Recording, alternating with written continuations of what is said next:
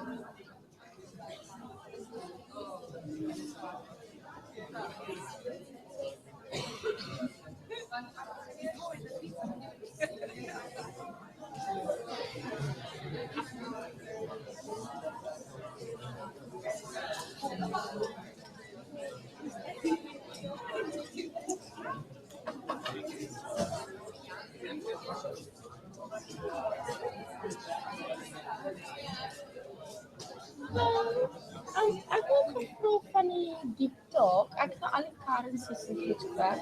Nou, soos wat myne uitwerk sê maar vir rand en oorhede is op 0,0 moet ek soveel moet ek in rand sit wat want vanoggend op die radio te hoor ek okay dis vandag R12 en dit Ja. R13. Dis gewoonlik, dit maak nie regtig saak nie, maar jy gaan dit anders interpreteer. So as jy nou môre in die lab is, dan gaan jy sien bring nou jou data saam en dan gaan ons dit gou op 'n grafiek sit. En dan gaan jy sien hoe lyk die verskil. Want die direkte een as hy opgaan dan depresieer hy. Joune as hy afgaan dan depresieer hy. So ek kan Want dit jy by doen- 0, Jy kan, maar dis partykeer omdat die 0,0 something is so bietjie moeilik want dit is ja, want ek het 0,04 sent tipe Ja. ding, terwyl as jy aan die ander kant omsit die R12 en so maak eintlik meer sin. ja, nou en wat se manier moet ek dit sê? Nee, solank jy sê hoe jy dit sit, dit maak nie saak nie. Want my Here is in Poli boys nou maar die yen is van elke keer R8. Ja, jy dit nou aan die ander kant om. So jy die yen en jy met direkte kwoting en jy die ander met indirekte kwoting. Okay, so ek wil maar net in rand dan. En die ander ding wat ek nog gevra het is in die woord floating, is dit swewend of steewend? Swewend. Ja, swewend, maar dit is floating. Of aanpasbaar. Aanpasbaar. Adjustable.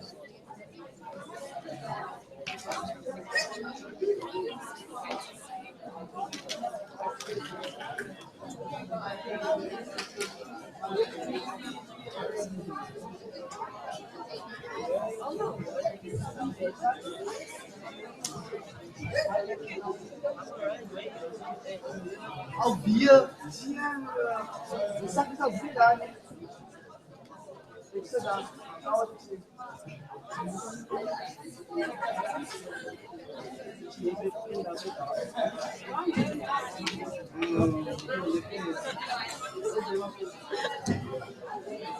morning. I'm just going to, before class starts, just talk about this news item that we don't take up class time for it. So if you don't want to listen, you're welcome not to listen.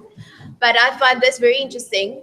It's this morning been published, and the IMF, International Monetary Fund, cuts the growth view for South Africa, which is interesting news for us and for this theme and for your portfolio, but also for where we're heading towards next week when we do economic growth. So it says if economic growth in South Africa this year is bad news, 2016 is said to be even worse, according to the IMF. 2 weeks before the Finance Minister, Nhlanhla Nene, published this revised growth forecast, the Washington-based lender, which is the IMF, cut its estimate for 2015 to 1.4% from 2%. Okay, so that is our expected growth.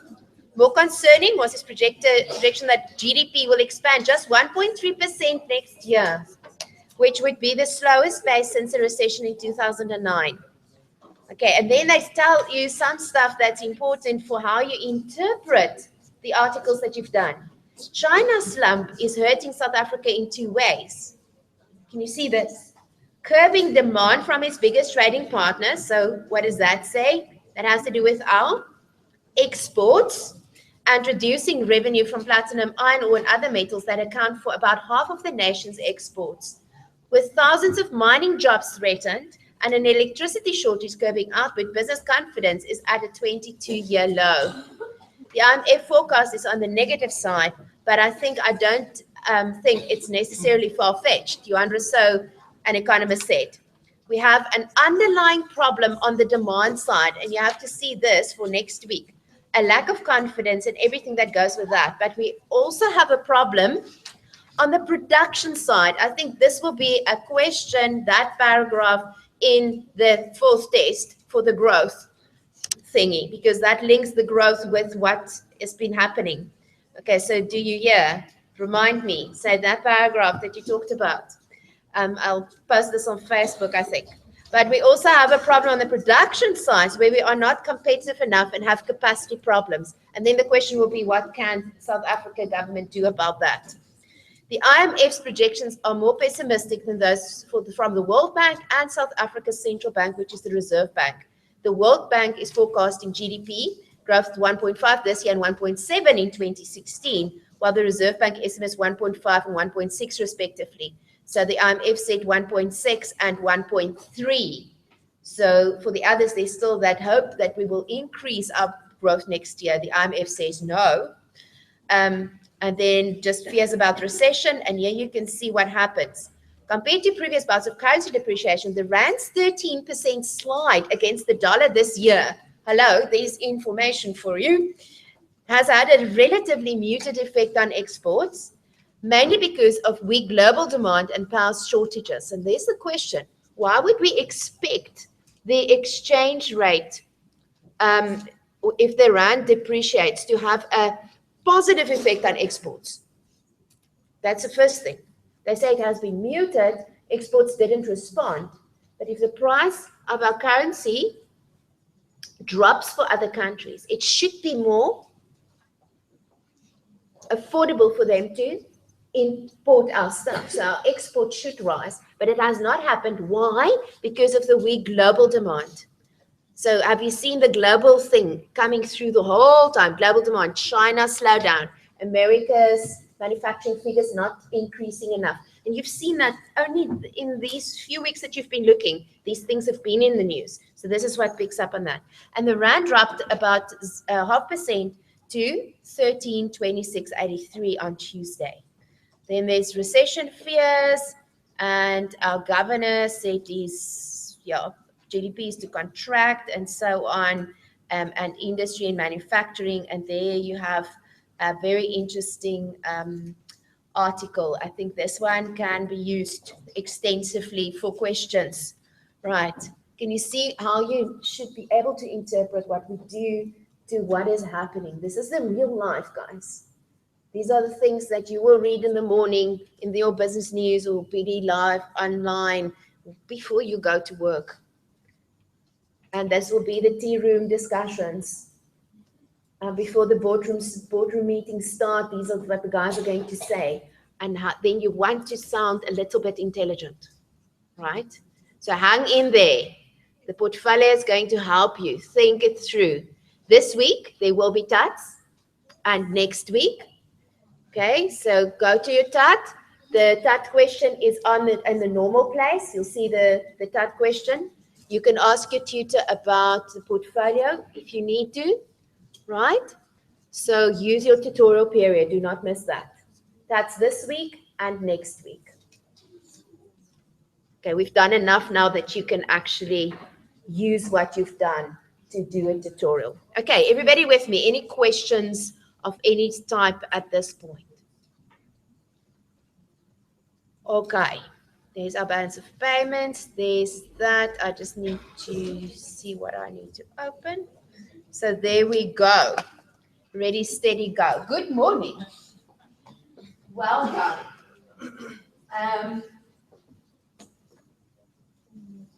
I am focusing on the balance of payments today.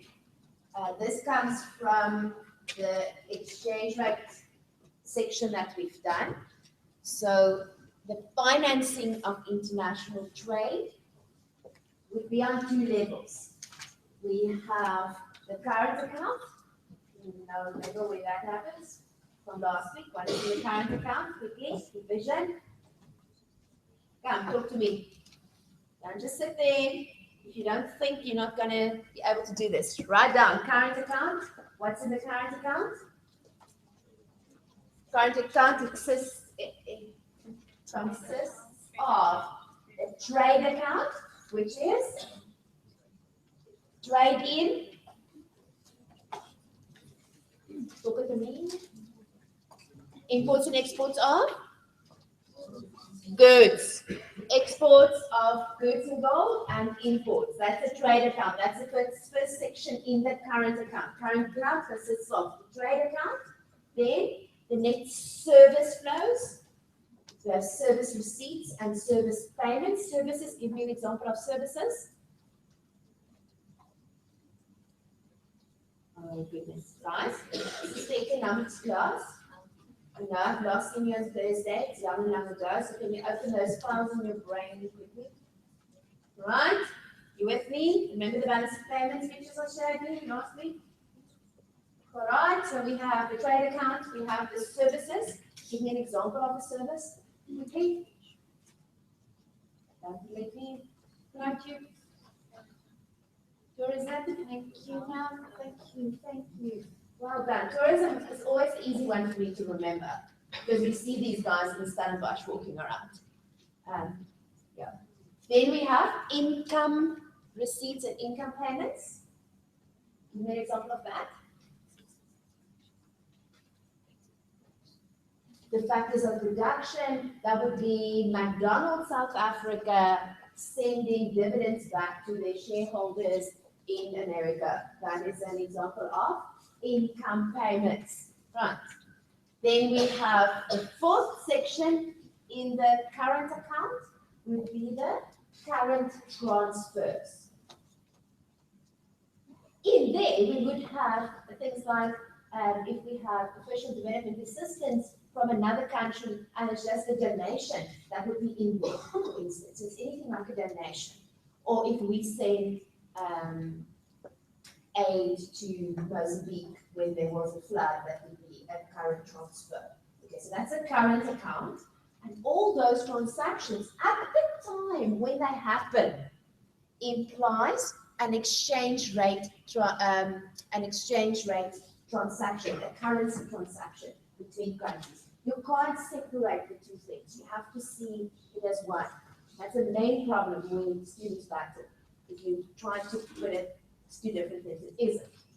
Each single transaction has either a demand or a supply of currency attached to it. Well, that's the current account. Then we have the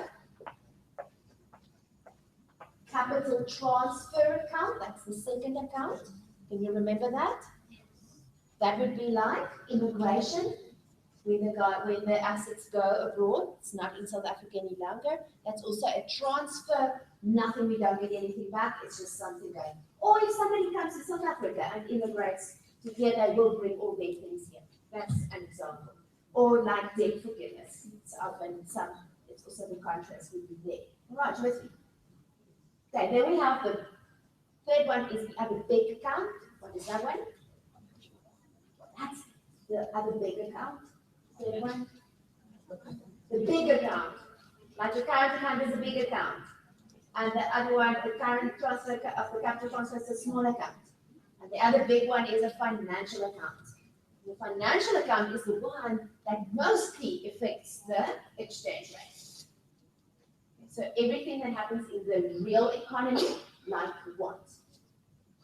What would be examples of things that happen in the real economy? Out of that article that I just showed you, what is happening in the real economy there? Growth would be manufacturing sector contracting and impacting on economic growth would be the real economy, real being physically producing, is slowing down, or consumption decreases. So like China's growth, slower growth, would be their real economy contracting. And that then will have financial implications, right? So the financial account shows often the reaction to what the real economy does. Okay, we'll talk about that a little bit further when we now analyze. But you first just need to know what we're talking about. The financial account has 5 sections. What are they?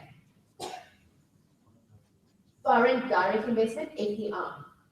Directe buitelandse beleggings of investering. The second one, the portfolio investments. That is the largest one in South Africa, and that is the one that is really volatile. That causes the rand mostly to depreciate or appreciate because of the underlying factors driving that. Okay, then the third one, the financial derivatives. Finansiële afgeleide instrumente. The fourth one would be other investments. An example for the biggest example there would be loans, or even official development assistance from other countries would often be loans, but at a reduced interest rate. And that would also then be in other. So sometimes that can be quite large, especially for some other African countries. And then the last one is our reserve assets, the movement there, which basically tells us what has happened to the level of our reserves because of all the transactions that has been happening in that period that the balance of payments reports on. Okay, are you all sort of there? So all of this, the uniqueness of international transactions means that every one of those transactions imply a supply of rand, demand for dollars, or demand for rand, supply of dollars. Right, and that's why that happens. Okay, so if you know what balance of payments is, we talked about the 2 main ones, the big accounts, main accounts in the balance of payments being the current account and the financial account. All right, take a deep breath. That was revision. Okay, now we have to use it. Now we're going to see what it looks like. Right, so what we want to know is how does what goes through the balance of payments influence the South African economy? Can you get a portfolio question? Right, so all these news items, all these events that you are reporting on, your challenge is to say, all right, so what?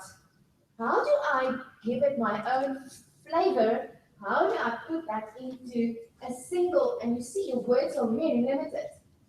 So how do you report on a week's happenings just briefly? You can't discuss the whole article, that would take up 200 words already. Okay, you see your problem. Okay, I understand that.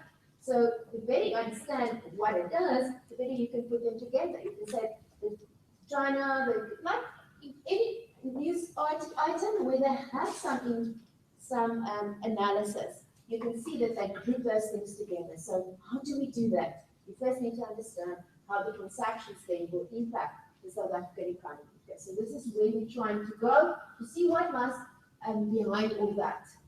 Good morning. And then what is the government stance? What does government do about the balance of payments? And what does government do about exchange rates? So this is the story. This is not in the textbook. They've taken the balance of payments section out of the new textbook. Right? So this is what you have. So you have to listen carefully. Right. And you have the balance of payments document itself, which gives you the outlines and what we've done in the lab, you've seen.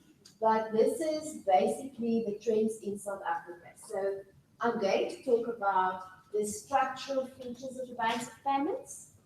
I'm going to refer to the 1985 debt crisis and the consequences of that, because this is still South Africa, and I know it seems like really far away, and you guys have no clue what happened really experientially there, but historically, that is still one of the main examples in international textbooks of balance of payments, liquidity trap, the growth trap or the liquidity trap of the current account. So we'll talk about that, and then we're just going to conclude with factors influencing the South African balance of payments, current account and financial accounts, so you see which items or which news events will have an impact and therefore an impact on the exchange rate. Right. So what happens? We have transactions that change for some reason. That has an impact, that is recorded in the balance of payments. But at the same time that it happens, the transactions, the rand exchange rate will already change. Okay, so you have to see that happens together. And then we can afterwards say, all right, this has happened, these transactions happened, that caused the exchange rate to change. Then the exchange rate changed, then that caused these transactions to change. So there's a sequence of events. It's a dynamic story. It's never static, right? Changes every single second, every single minute, because of people like you and I, economic agents, doing transactions globally, and the globalization is increasing and increasing. Right, so this is from 2011, but I just like the Reserve Bank's figures showing the balance of the current account, the deficit, being matched by the surplus in the financial account. And you can see that clearly. This is from 2006 to 2011. Oh, it's just like a nice graph visually showing what happens. I'm going to show you the figures now, and then we will see that that is the story. So in South Africa, our structural features. What is our story? We have to sum up. What is underlying our balance of payments situation? First of all, we need to see that we are a resource-rich country. Okay, so we know that. And we produce gold. So typically we used to export a lot of gold. Gold used to make up the bulk of our exports. Now it's not that large any longer, it's big, but you can see in the balance of payments, if you go and have a look, you can actually go and calculate it if you're interested in that. And you can say, right, I can take, if I add exports, merchandise exports and net exports, you get the total exports. So you can, for different quarters, actually add the two. And then you can see, now this is just the 2013 quarterly figures, but if you go back in history and as I show you the others, then we will be able to see that the percentage that gold makes up of all exports have been decreasing. You can see there's a big difference between merchandise exports and only this gold exports. But gold exports are still important, but not as important for South Africa. So that has been decreasing, which is a good thing because gold is a commodity and it has the potential of being depleted.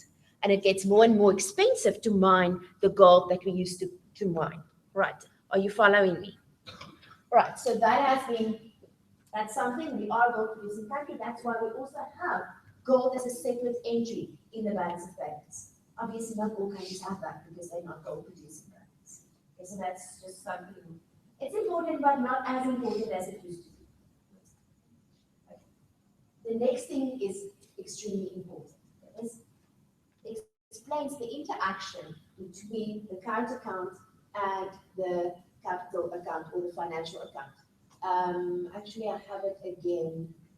I'm going to repeat it twice so that you hear it twice differently because it's really important.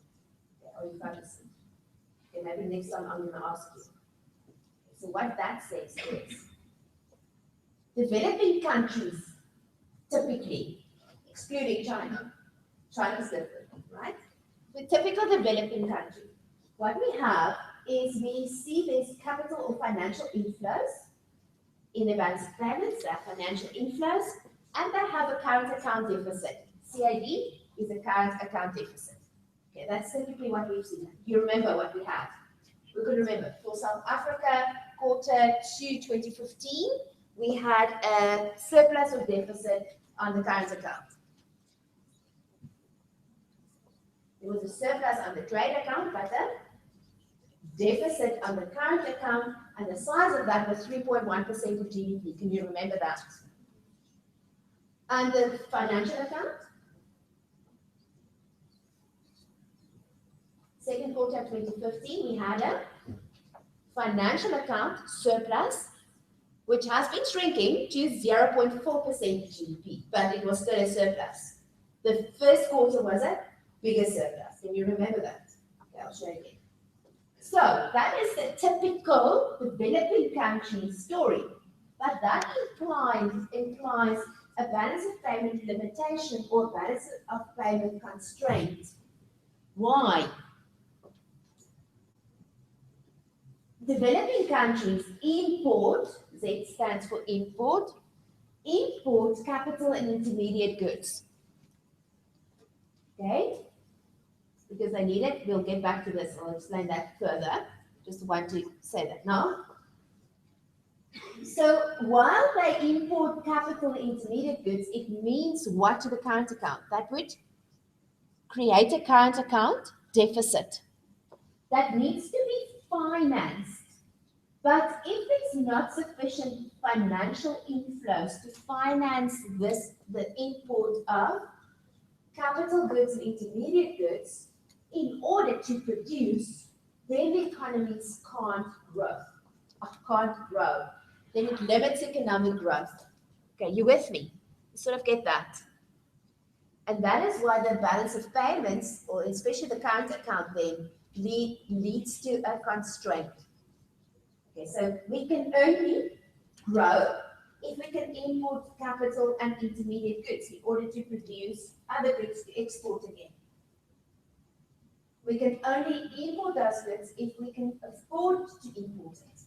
Our savings is not sufficient to pay for it, so we have to have financial inflows, savings from other countries to pay for our imports.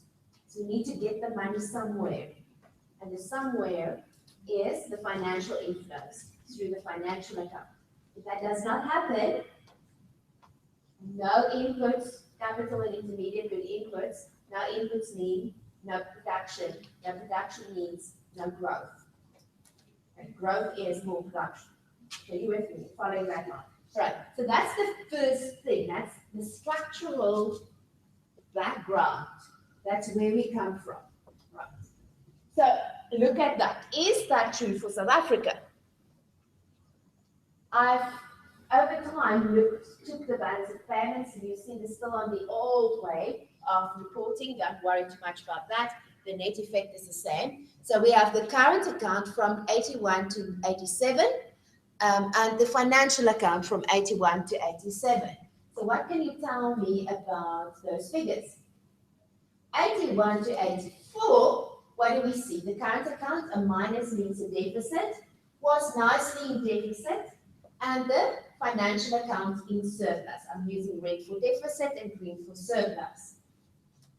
Then, ta-da, 1985, miraculously, out of the blue, things change. Can you see that? The opposite. 85, 86, 87. Let's see what happens for 88, 89, 90, 91, 92, 93. Oh my goodness. All the time, the reverse of what we would expect for a developing country. Can you see that? I'm not making it up. These are the real figures. Then miraculously, out of the blue, at a specific date, happens to be 1994, for some reason. What happens? For the first time, we see a surplus again on the financial account, with a very shrinking surplus on the current account. And guess what happens from 1995?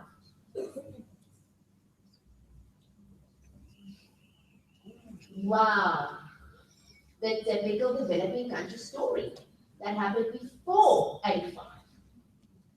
So we had a period there, wonder why, from 85 to 94, basically 85 to end of 93, where we have the opposite of what you would expect a developing country to be, and what we've always been.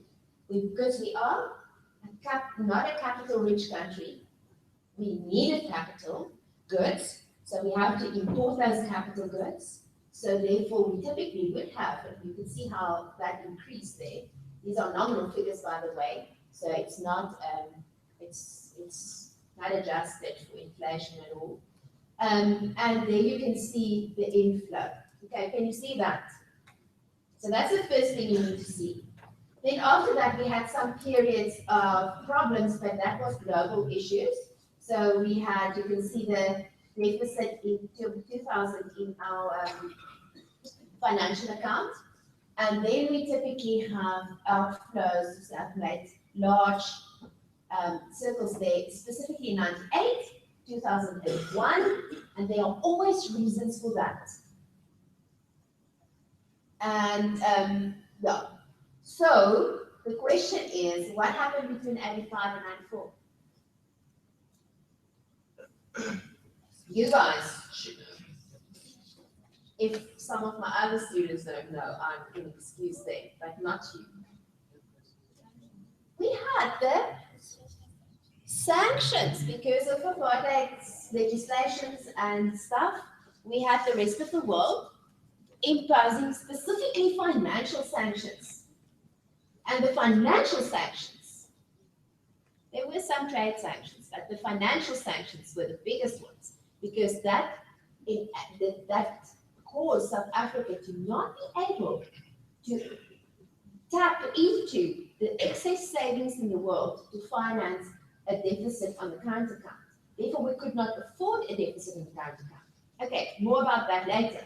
Let's go back to the story in terms of this interaction. I've written it out slightly better than the first one that I showed you. So you can see it's a repeat of what I said. Okay, this all comes on, learned, so don't stress, right? So as a developing country, also South Africa, the emerging market economy, we display this typical developing country balance of payments, right? Where we have in the balance of payments a current account deficit and a surplus on the financial account. Why? We import capital goods, we are poor in capital, and especially intermediate goods in order to produce more. Okay, so that you have to understand. What does this do? This pushes our current account into deficit, right? Why? Because imports means pay foreign exchange. So what happens? It's an outflow of foreign exchange. All get that. Okay, so those are the outflows. This import, the imports result in this outflow from a balance of payments, which means a decrease in foreign reserves. To finance the current account deficit becomes a problem because we do not have high savings. We depend on foreign financing. That's what I've said. Now, international investors, how do we get that finance? The finance. International investors invest in emerging market countries like South Africa. Please see my abbreviations there, right? Because of higher returns here.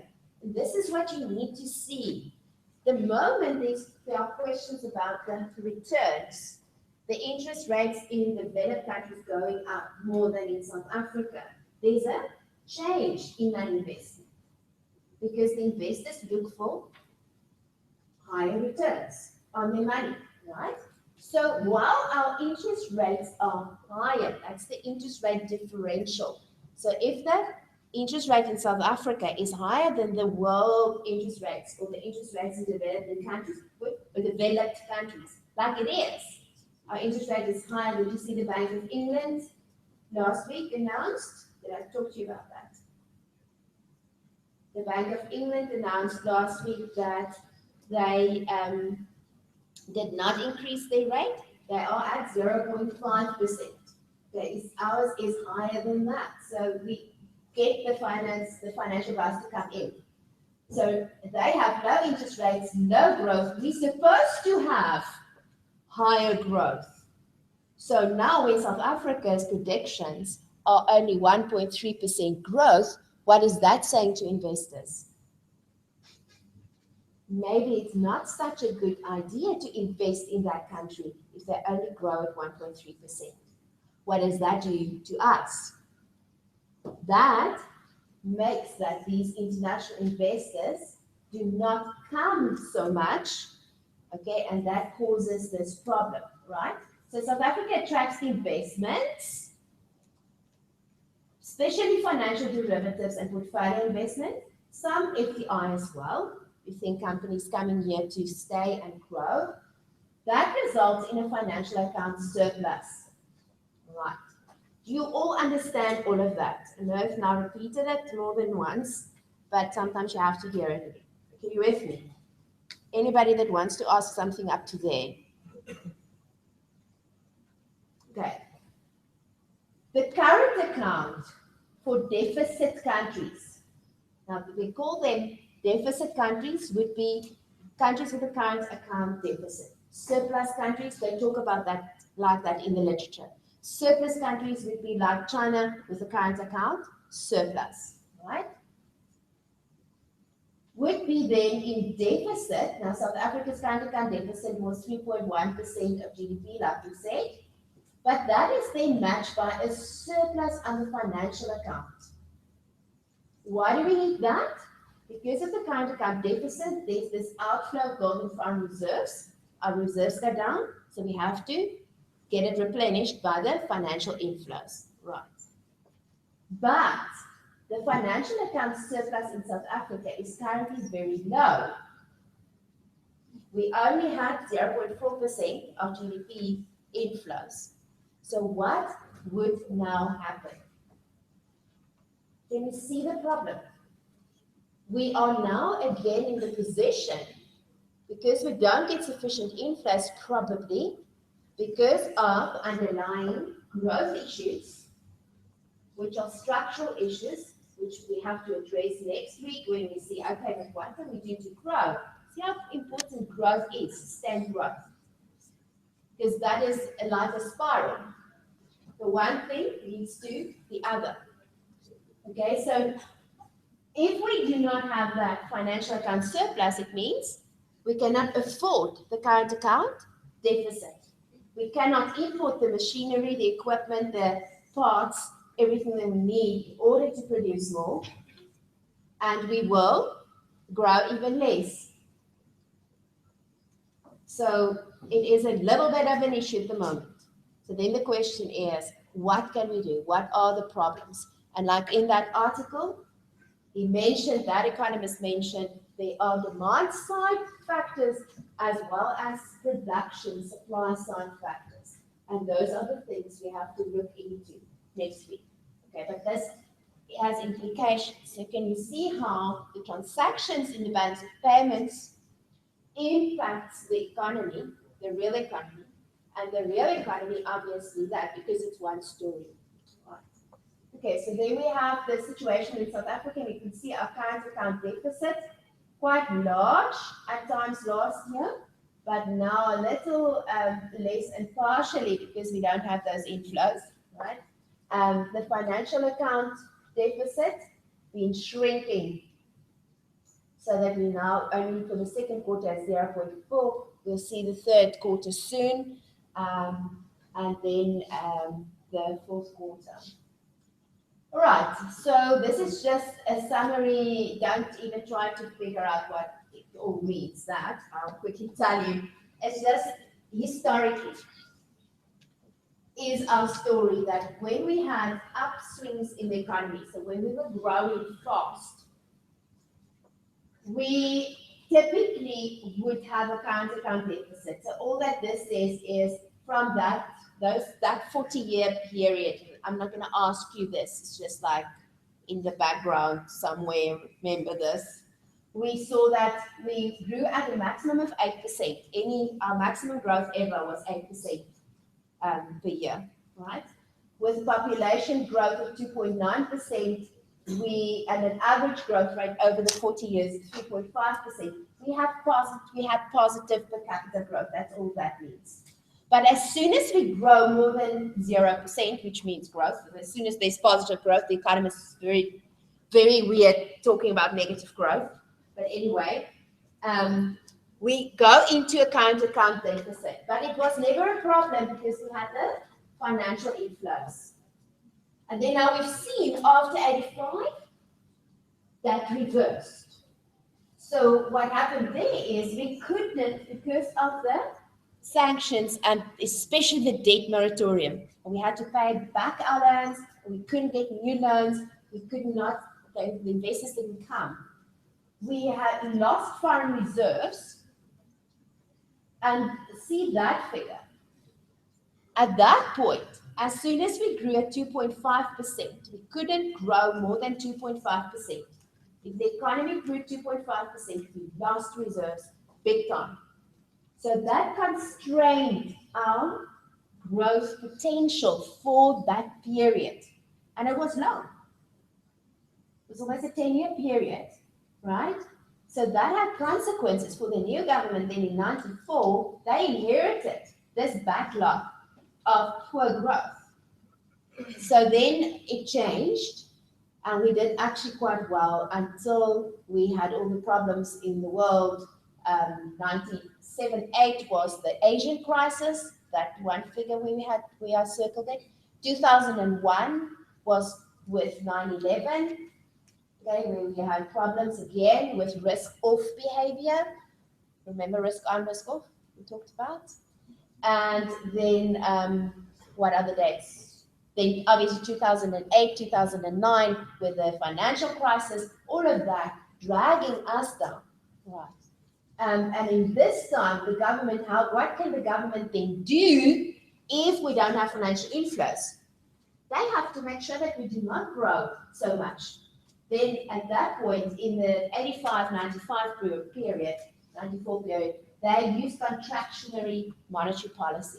So the interest rates were quite high here because we didn't have financial inflows. Guys wouldn't come even with high interest rates. But domestically, high interest rates is not good for growth because then the businesses, the South Africans, need to borrow money at a much higher rate. So while high interest rates are good for foreigners, it's not always good for the domestic economy. Okay, so those are some of those interactions. Are you all following? I know I'm talking about today. I'm sorry. But the information, it's not in the book. Okay. Right. Any questions about that? Did you see the balance of payments telling you the story of South Africa's history, the political situation? I mean, that should be fascinating in a way. You can always go back. In years that there were political turmoil problems, you can see it in the trade figures, in the financial flows. I don't even want to say trade, I want to say the flows between South Africa and the rest of the world. It's an amazing barometer of seeing what has happened. One can't see it before the time, but you can always see it afterwards. Historically it shows. Okay, you with me, guys? All right, so when you read articles, you read news, you see what's happening, and you need to interpret it. What do you look at? If we look at the current account and say, all right, what impacts the current account? The current account is mostly, if you look at the trade account, that would be the trade account, consists of exports and imports. So what would impact exports? Commodity prices, I just wrote gold price, but that includes commodity prices. So you've seen, there's been the copper price situation that led to that 30% decrease in the company's share values. That led to depreciation in the rand because it leads to also financial account implications. But for exports, prices will have an impact. Domestic demand will have an impact. Global industrial production processes, so global industry, so that's why it's important to see.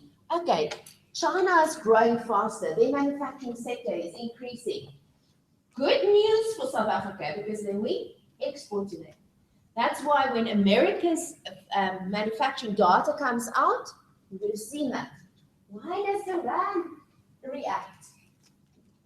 Because then we know there's going to be less demand from those countries, and that will have an impact on our exports.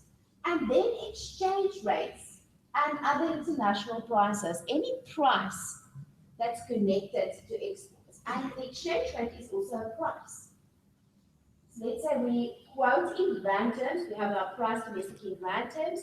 When the exchange rate changes, the rand price stays the same, but the price in dollar terms will either increase or decrease for the foreigner. If the exchange rate depreciates, the rand price will go down or up for foreigners. This means I've lost the time. Right. Okay, let's try this one. Let's say, let you do this quickly. I think so. Yeah. Yeah, then I know you here. Oh, what's the question? I'm going to do the question, yes. We'll do the question quickly. Okay, the question is, follow. No, it's good for you. I know. Sometimes pain is good. All right, the question is, and a piece of paper, let's quickly do this. Your name, your student number. Oh, must she do this? Yes. It helps you, I know. Your name and student number? Okay, the question is, we know you're busy looking at exports. So we're going to do that somewhat for imports as well. Right, so let's say we're looking at a company exporting a product. We're in Stellenbosch, let's say a wine, one of the wine farms, they export wine to Europe. Okay? Now their wine price is set, or their price in rand is set. They charge, let's say, for that particular box of wine, it costs 200 rand for that box of wine. Okay. Now the exchange rate depreciates. There's just this major problem. All of the growth rates go down. Eskom couldn't sort any of the things out, so we have blackouts every week for 4 days a week. So the rand really depreciates. Now there's this wine farm, they try to export. So my question is, when the rand depreciates, the 200 rand for the wine stays the same. But what will happen for the German importer importing wine? So the price of wine will increase or decrease for the German importer of South African wine. Okay, so you write the German importer, South African wine price increase or decrease when the rand depreciates. Okay, the live streaming guys, you can write it down and you can send it to me via email. I want to know if the price remains the same at 200 rand for wine, but the rand depreciates, the German importer of the South African wine will now pay more or less for the wine. Okay, second story. Things go better. China grows faster. America gets a new boost of energy and their policies, expansion policies eventually work. And they have lots of new, their labor data comes out, there's much more job opportunities. So what we see is, because of all that, the rand appreciates. Okay, the rand appreciates against all the exchanges, so all the other currencies. So the Japanese importers of this wine farms 200 rand wine. What will happen to them? The rand appreciates. Okay, the rand appreciates. In Japan, there's an importer importing wine that costs 200 rand in South Africa. I want to know the Japanese importer will now pay more or less for the 200 rand box of wine. So did the price for the Japanese importer increase or decrease? The price of our exports because of the appreciation. Okay, that's question 2. Wait for question 3. Right, let's go quickly. For imports, now one more. Wow, there's one more question. Imports, domestic growth. Obviously, if we grow, we have to import more in order to import more of the capital goods that we need to produce more with. Exchange rates again important. Prices important, especially the oil price. That has a big impact on our imports. And then obviously the price of capital goods being the most, we mostly import capital goods. Then any exogenous factors like risk on risk off behavior may be in a way impacting on this perceptions about our growth rates. And then anything that will impact services, like we've seen lately, our new legislation in terms of for children, especially with the traveling documents and all that, that has an implication for services, for instance. Right. Then in the financial account, comes question 3. Capital, this is our capital or financial in and outflows. Interest rates are important, exchange rates are important, expectations of interest rates and exchange rates. Okay, this one we've done. So this is question 3. Investors expect the interest rate in South Africa to increase. Okay, expectation, predictions, the interest rate at the next meeting of the MPC is going to increase. What is going to happen to the exchange rate of the rand? First of all, that's question 3. The exchange rate will probably depreciate or appreciate on the expectation. And secondly, do we see financial inflows or financial outflows? So question 3. The interest rate now goes, the expectations are that interest rates will increase. Does the exchange rate appreciate or depreciate? The rand dollar, for instance. And question 4 is that will that lead to financial inflows or outflows? The fact that they expect the interest rate to increase leads to financial inflows or outflows. All right, that's the questions.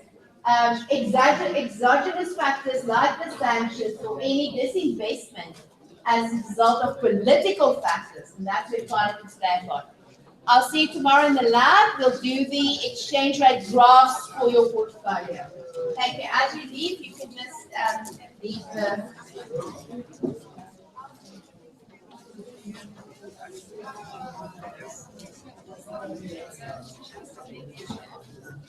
Thank you, guys.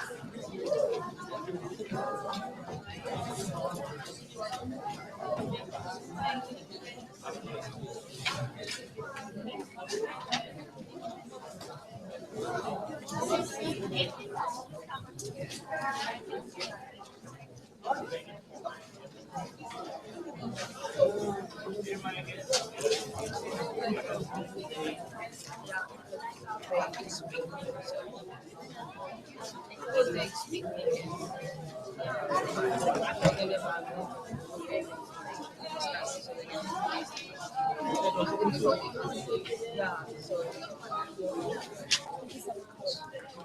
I don't remember things you asked about not being able to drink. That not tomorrow. That's tomorrow. Yeah. Okay. Can I? What are the days that you have? Oh, The tats are every day. They are everyday I tats. think go Where there did you normally go? on Wednesday as well. Okay, you just have to check and then Go to another one. all the rest you do maybe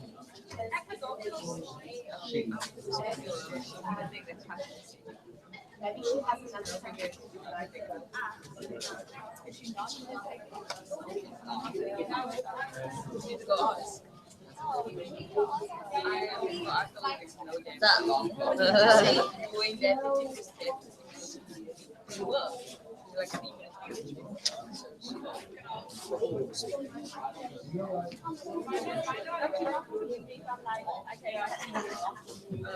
When are we gonna go? Like, what's the class? Yeah.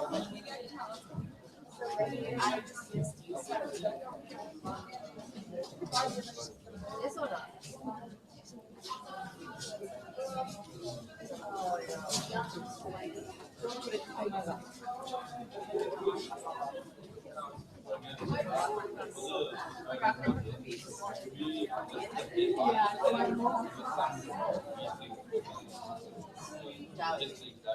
No, you choose the event. That's very important. Not the art.